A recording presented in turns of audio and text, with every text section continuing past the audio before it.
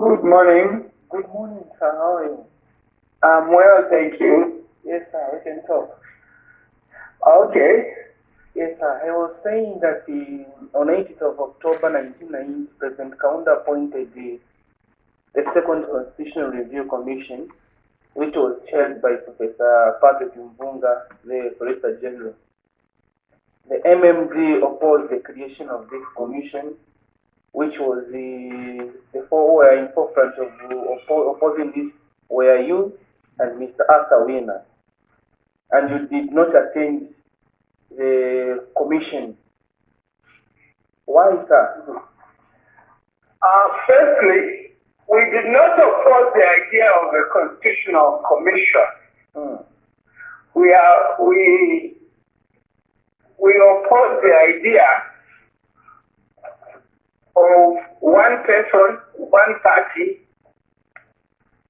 determining the composition of that. Okay. And our position was the same position that was taken up during the first Chaired commission. So the position taken up by the African National Congress. They were not against a constitutional commission any more than ourselves, but they were against the idea of one person, one party choosing, writing the terms of references, choosing the composition, selecting even people who represent other parties, other interest groups, and starting the composition in such a way that those regarded as outside his influence would in any case be a minority. So they'll just be like they are represented when in reality, qualitatively, quantitatively, they are not represented. So that is the first point. So the commission was announced, the terms of reference were announced, the members were announced, even though my name and the name of Mr. Arthur Wiener were put there to represent MMD. But they were chosen by the same person, the same party. So that was what was fundamentally wrong. Yes. Sir, why is it that in the case of the first one, the one which Mr. Nalumino Mundia, and Mr. Harry Kumbula had been selected in the same fashion, myself and Mr. Arthur had been selected, and the one which the two also refused to be accomplices by participating in. Had an additional fault that the terms of reference did not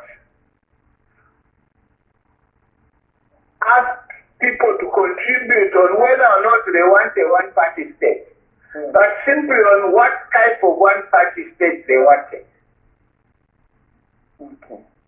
Okay. So basically, that was what was opposed to. Okay. A repeat, a revelation that nothing has changed. Why is it that in Zambia always there's a problem in terms of making of the constitution? There are always issues arising when they... Well, the fundamental issue in Zambia, in Kenya, in Malawi, in post-colonial Africa, is that what we were tricked into was the idea that there is an African nationalism that is built around nations created by non-Africans, nations created by departing European colonial authorities. Okay? So what we have accepted even up to now, our African nationalist heroes, if you examine it deeply, they are African nationalists, but the nations over which they are nationalists over are nations which are non-African, nations conceived by Europeans. Now, from the very beginning, from pre-colonial times and throughout the early colonial times, and up to date in a faint way, there is another African nationalism, a genuine African nationalism. An African nationalism who expresses their nationalism with a focus on nations created by indigenous Africans, genuinely African nations. So that is the fundamental fault number one. Even the Africans who wanted to hang on to the genuine African nationalism built around nations created by Africans, by indigenous Africans, nations that predate colonialism, European colonialism. They were demonized, they were sidelined, they were cast aside. Even their very ideas were not accommodated. Even those African leaders who thought that perhaps you could actually have an African nationalism that blends elements of modernity, maybe even elements of some of the colonial development, together with elements of indigenous Africa. In other words, those liberal African leaders who thought that perhaps there was an option for modernizing African nations without uprooting them from their African roots. Even those who were cast aside, they were demonized, they were disregarded. We chose this purely foreign-imposed model of governance of the Constitution. So that is fault number one. Fault number two in the case of Zambia is that even when the first Constitution, based on this other faulty African nationalism, even when that Constitution was negotiated and agreed in a give and take manner, which resulted in the independence dispensation, which resulted in the first Zambian Constitution, those who had the majority of votes, the majority of MPs, the majority of popularity, abused their majorities, abused their popularity to go ahead and dismantle that compromise constitutional regime which was negotiated. Are you following me? Yes, I'm following, sir. So one by one, let's take the Zambian case for instance, that in the route towards independence, the departing colonialists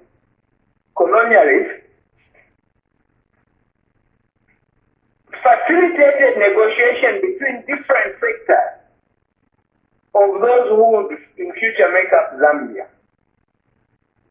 The different sectors, the different interests were quite clear. One, there was the United National Independence Party, which in elections from 1962 did very well, but not well enough. It needed a coalition. But in the election of January 1964, managed to get an absolute majority in parliament. Okay?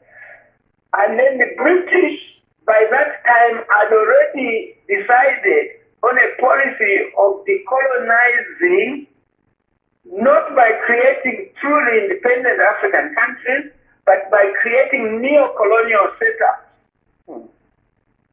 And they had already decided on the comfortable leaders with whom they could cooperate, not in a total independent Zambia, but in a neo-colonial Zambia.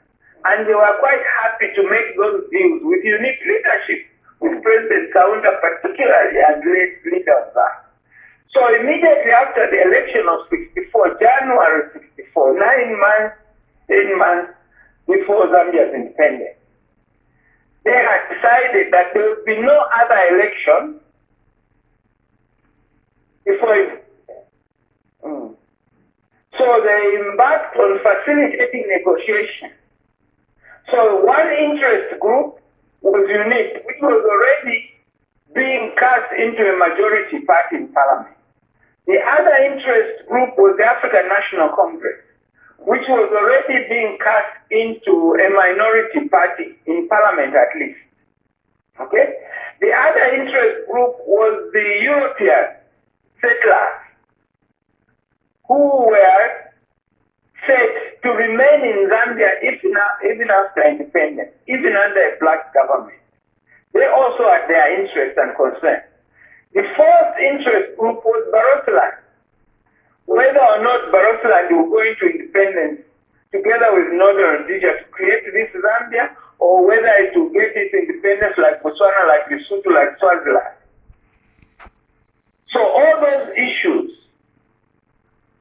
in the case of the Europeans, they had concern of whether or not the independent Zambia would be a reverse racist one, whether or not their properties will be grabbed, whether or not what they think Africans think they did to them will be done to them, whether they will be cast to the sea. So they had concerns which had to be negotiated.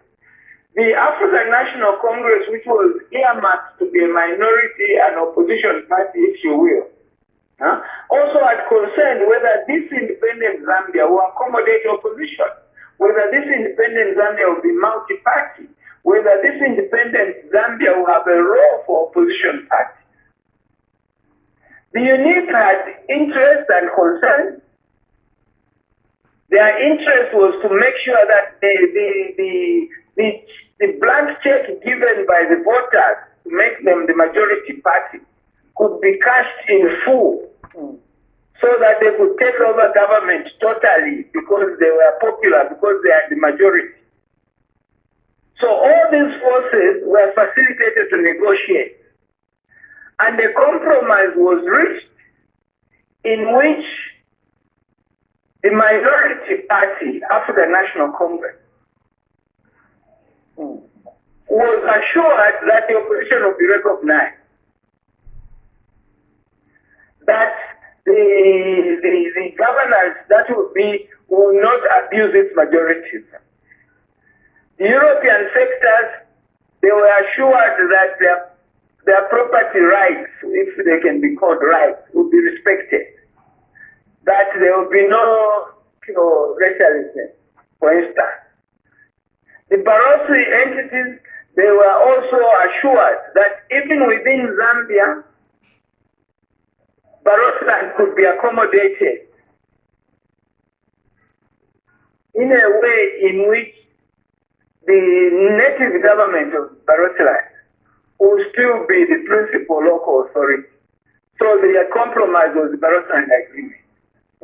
So all those compromises that made up the independence dispensation were a give and take. Nobody got everything that they wanted. UNIP did not get everything they wanted because there was still some room for the opposition. White people did not want everything they want because they accepted the black government, but they were assured that there was room in the new Zambia for them. Barotseland did not get all what it wanted, but an agreement that reached in a give and take way. Okay? Then immediately after independence, even prior to independence, capitalizing on their popularity and on their majority support in the population, UNIP started dismantling the spirit first and then the letter of that compromise. So they started making laws which were betraying that agreement. Okay. The recognition of the opposition in 1968, after the 1968 election, which was in December, by 69 when Parliament met, the leader of the opposition was derecognized. Because between 64 and 68, the leader of the opposition was recognized. He was given conditions of work, offices, cars, housing, equivalent to what a cabinet minister was given. And of course, he was recognized in Parliament as leader of the opposition. That was betrayed and reversed. The assurances on property rights were also betrayed because people's properties were nationalized. The Barocland Agreement was abrogated. So that what went into that compromise package of the independence dispensation was destroyed, leading up to the imposition of the one-party state. Not by open, free decision of Zambians or Zambians, but by a commission and a constitutional reform commission composed by one party, by one leader, who wrote the terms of references and restricted the question by removing the possibility that people could even say that we don't want a one-party state, but by restricting people to just saying what sort of one-party state they want. Even under those restrictions, some of the popular propositions from the submission were also taken out and disregarded. Just to cut so the constitution that was put there had a faulty foundation, which was anticipated because the nature in which that commission was formed itself indicated clearly that if input is what's going to determine output, then the input itself was faulty. So naturally the output was faulty. Just to cut you short, Mr. Lewanika, looking at what you have explained, sir, are you in support of Butane? No, because Butane, it does not even matter what the contents are. It's part of a pattern of selective doctoring, distortion of the independence dispensation, which was agreed by all stakeholders. So it's a continuation of the destruction of the independence dispensation. And outside that independence dispensation, there has been no constitutional regime which was a product of a free negotiated settlement. So that, in fact, what I didn't say was that how was it possible for UNIP to ultimately destroy the foundation of the independence constitution? And that was through a referendum, 1969 referendum.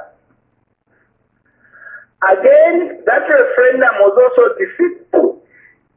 It did not pose a question of how they want to change the constitution. It asked Zambians to remove the referendum clause. Because after they had agreed on this give and take constitution, quite wisely and appropriately, all the parties recognize that now that we have made a deal, how do we ensure that this deal will be respected and will not be destroyed by abuse of majoritism? So they agreed that the security for this deal was to be in a referendum clause. a referendum clause that provided that no part of the Constitution, no comma, no full stop, no phrase, no article of the Constitution, no preamble of the Constitution can be changed except if it is that particular change is put before the people. And those people should vote for that change in an absolute majority, not of voting people, not of registered voters, but of eligible voters. Okay. So now they put a referendum to remove that anchor, that security, that facility in the Constitution that secured the deal that had been negotiated. Once they removed that, they licensed themselves to be able to change the Constitution as and when they choose, using simple majorities in a parliament in which individual members of parliament are not even free from their party whips. So that Bill 10 is the same as all the other distortions of the Constitution that have been made, capitalizing on the blank check they deceived Africans, they deceived Zambia into giving them, to license them to be able to change the Constitution as and when they please. So what is wrong with Bill 10 is is very fundamental. It has nothing to do with a particular clause of Bill 10. The very idea that you can select areas of the Constitution to add, to subtract, using majorities is an abuse of majorities. And it's a betrayal of the Constitution of Zambia at the beginning. It's a betrayal of the promise of independence. What is your word to the members of parliament who are pushing for this bill? Well, what I'm saying to you, I'm saying it not to members of parliament, I'm saying it as a fact. Yes. Yeah, to everybody. I don't have a special message to the president, a special message to MPs, a special message to president. It's the same message that we have to go back to the drawing board. The idea, it doesn't matter whether it's a good idea that you have to put in the Constitution or it's a bad idea that you want to remove out of the Constitution.